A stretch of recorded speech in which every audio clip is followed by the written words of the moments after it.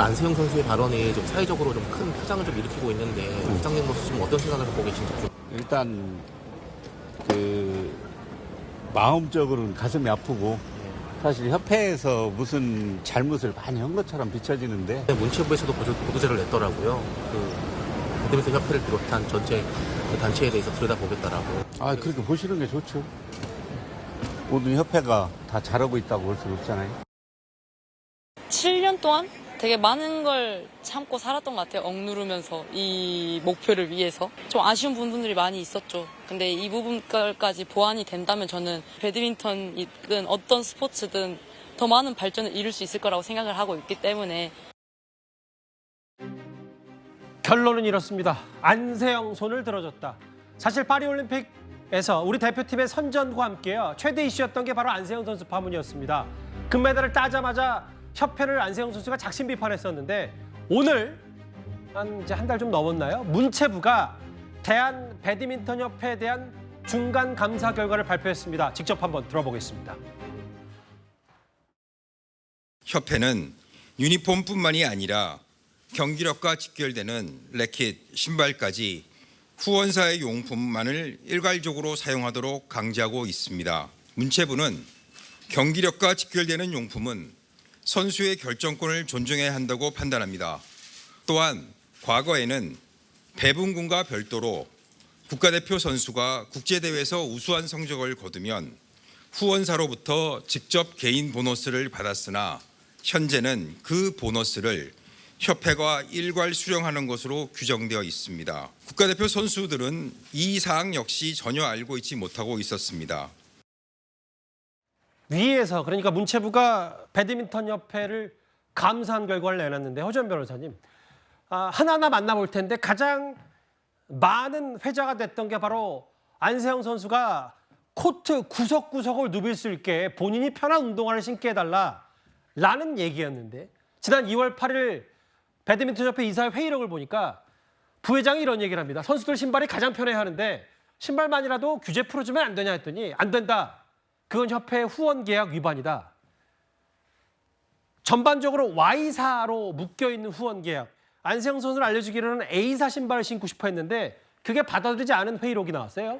그러니까요. 그러니까 내부적으로도 이렇게 일률적으로 특정 후원사의 용품 사용을 강제하는 것이 선수들 경기력 향상에 불합리한 측면이 있다는 얘기가 이미 작년 2월에 문제 제기가 있었던 거예요. 그런데 이 문제 제기가 김태규 회장이 후원 계약 위반이다라고 얘기를 하는 바람에 받아들여지지 않았단 말이죠. 예. 그런데 배드민턴 협회의 존재 이유부터 시작해서 이런 후원 계약을 하는 것은 결국에는 우리 선수들 경기력 향상과 국제대회에서 우리 선수들이 잘 경기를 참여하게끔 보조해주고 지원해주는 그런 서포터의 역할을 하기 위해서 존재를 하는 건데 예. 선수들 경기력 향상을 하기 위한 신발 교체권을 후원 계약 위반이라는 이유로 못하게 한다고 하면 그 후원 계약의 존재 이유는 도대체 무엇인지 이 부분에 대해서는 문제 제기를 하지 않을 수가 없는 부분입니다. 예. 뿐만 아니라 지금 중간 감사 결과기는 하지만 문체부가 사실상 이 조사한 결과 내용을 보면 자정 능력을 배드민턴 협회가 상실한 상태에서 이제까지 끌어져 온 것이 아닌가 저는 이런 생각이 들거든요. 예. 앞으로 하나씩 또 말씀을 드리겠지만 폐지가 즉각적으로 권고된 부분도 있고요. 그리고 또 뭐 여러 가지 이 후원 계약 부분도 그렇고 선수들의 어떤 복지나 선수들의 경기력 향상을 위해서 문체부가 칼을 빼들어야 되는 부분이 많을 것 같다는 생각이 들고 특히 형사적인 문제와 관련 있는 문제 제기도 있을 것으로 보입니다. 그 부분이잖아요. 그 부분. 이게 운동화만 뭐 내가 원하는 거 못 신었다라는 거 말고도 저도 좀 제일 놀랬던 게 좀 운동화 부분은 이미 좀 알려진 사실 중에 하나인데 최진봉 교수님. 네. 그 원래 후원금 중에 일부 부분은 선수에게 갈 돈들이 있을 거 아니에요. 그렇죠. 그런데 전체 후원금의 20% 국가대표 선수들의 배분하는 규정이었는데 이게 해당 조항이 없어지고 문체부 가입에 따르면 선수들이 문체부 의견 청취 과정에서 이런 돈이 있는 게 알게 됐다. 이런 내용까지 새롭게 알려졌어요? 그러니까요. 협회에서 지금 허준 변호사 설명을 했지만 전체적으로 받는 후원금 있지 않습니까? 이 후원금의 사용 내역에 선수들은 전혀 모르고 있었다는 거예요. 그리고 규정에 보면 전체 후원금의 20%를 국가대표 선수단에게 배분하도록 규정이 돼 있음에도 불구하고 2021년 6월에 이 해당 조항을 삭제를 했다는 겁니다. 그럼 최소한 국가대표 선수들이나 아니면 선수들에게 의견을 들어야 될 거 아니겠습니까? 그런데 조항 삭제 전에 선수단 의견을 전혀 듣지 않았다는 거예요. 그래서 선수들이 문체부에서 이제 문제가 있는지 없는지 상담하는 과정에서 이 과정을 알게 됐고, 또 하나 문제는 뭐냐면요. 이렇게 국가대표 선수단에게 지급하게 되는 20%의 규정을 삭제하면서 협회 임원들은 원래 보수를 받을 수 없도록 돼 있거든요.